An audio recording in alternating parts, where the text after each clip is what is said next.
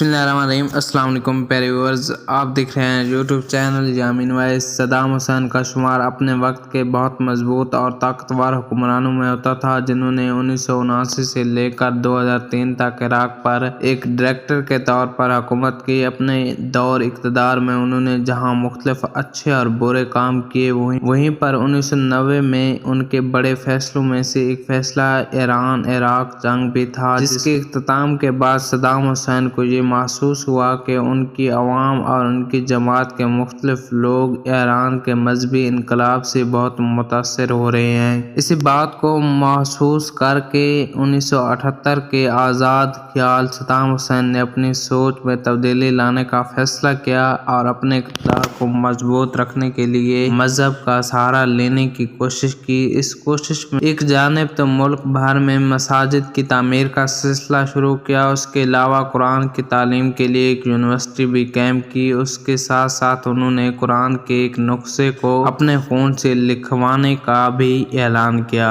मैं सद्दाम हुसैन ने एक अकेले ग्राफर अब्बास शाकिर जोधी से राब्ता किया, उनसे दरख्वास्त की कि उनके खून से कुरान का एक नुस्खा तैयार किया जाए। माहिरीन के मुताबिक सिर्फ खून से लिखना मुमकिन नहीं है, उसी वजह से यकीनन उसमें कुछ केमिकल भी शामिल किए गए होंगे ताकि खून लिखने के काबिल हो सके। इस कहानी के मुताबिक हर हफ्ता स्याही की तैयारी के लिए सद्दाम हुसैन अपना खून पेश करते, जिससे कुरान लिखा जाता, और सरकारी हकाम के मुताबिक 2 साल के दौरान कुरान के 605 सफ़ात और 114 सूरतों को तहरीर करने के लिए सद्दाम हुसैन का 24 लीटर खून इस्तेमाल में लाया गया, जिसके बारे में सद्दाम हुसैन का ये कहना था कि उनको उम्मीद थी कि उनका ये खून खुदा की राह में बहाया जाएगा, और जब ऐसा ना हो सका तो उन्होंने उसके लिए ये तरीका इख्तियार किया, और उनको उम्मीद थी कि अल्लाह ताला उनको उस नेकी के सबब मुसीबतों से महफूज रखे। कुरान पाक के इस नुस्खे का इफ्तिताह सद्दाम हुसैन ने 25 सितंबर 2000 को किया, और इस नुस्खे को बगदाद की जामिल मस्जिद उम्मुल कुरा में रखा गया। मगर सद्दाम हुसैन की हुकूमत पर अमरीकी कब्जे के बाद साल 2003 में इस नुस्खे को छुपा दिया गया। इस नुस्खे को मस्जिद उम्मुल कुरा में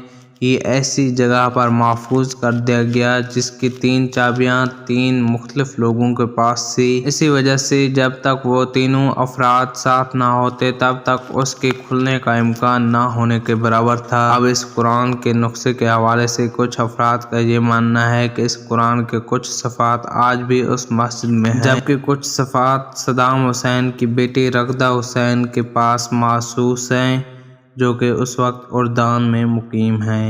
मज़ीद अच्छी वीडियो देखने के लिए हमारे चैनल को सब्सक्राइब करना ना भूलिएगा। Thanks for watching.